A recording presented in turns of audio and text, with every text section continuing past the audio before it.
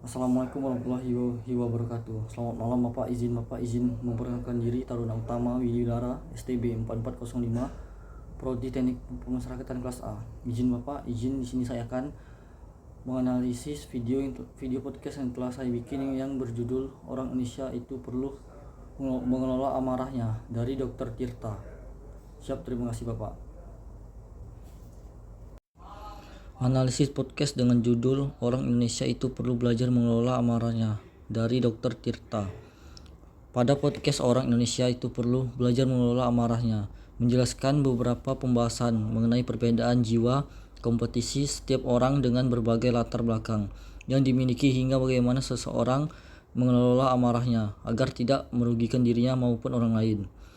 Pada dasarnya, di dalam sebuah podcast melibatkan kemampuan yang dimiliki seseorang dalam melakukan komunikasi maupun interaksi dengan orang lain. Seperti dalam podcast tersebut, pembawa acaranya harus satu frekuensi dengan bintang tamu di dalam podcast tersebut, yaitu Dr. Tirta. Mereka harus saling mengetahui tema pembicaraan yang akan dibahas agar proses komunikasi dapat berjalan dengan efektif hingga pembahasan terakhir.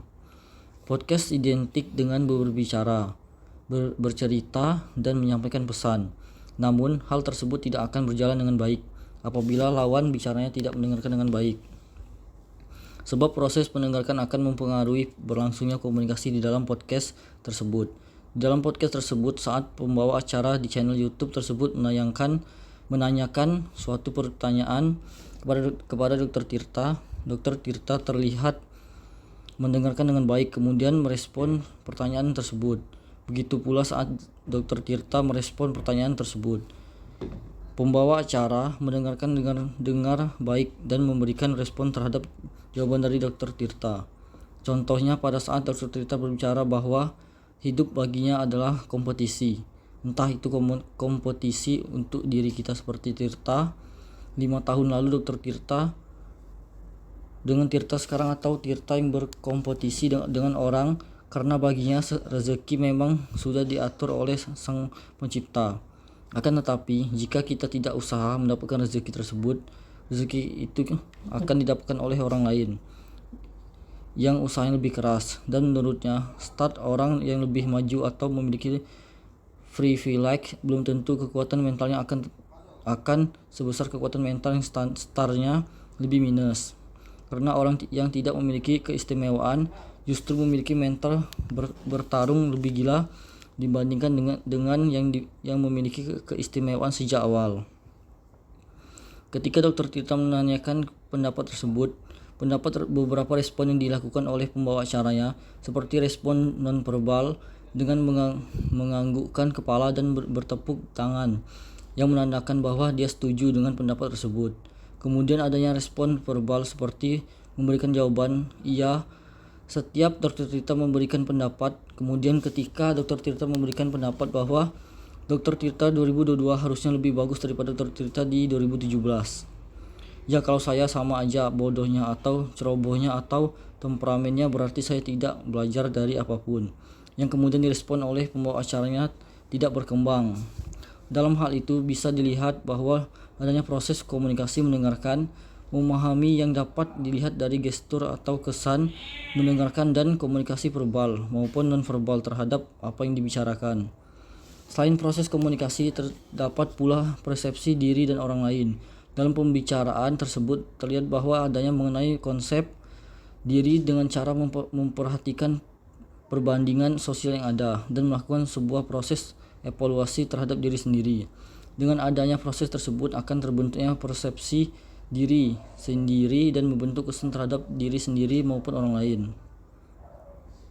Kemudian ada statement yang dikatakan oleh Dr. Tirta bahwa semakin dewasa lingkup pertemanan harus semakin sempit, karena menurutnya perlu memilih mana teman yang bisa membuat dirinya berkembang menjadi lebih baik dan teman yang bisa diajak untuk berkembang pula, bukan secara komersial namun secara kepribadian. Hal ini juga merupakan bagian dari proses komunikasi dengan mengenali persepsi diri terhadap suatu hal.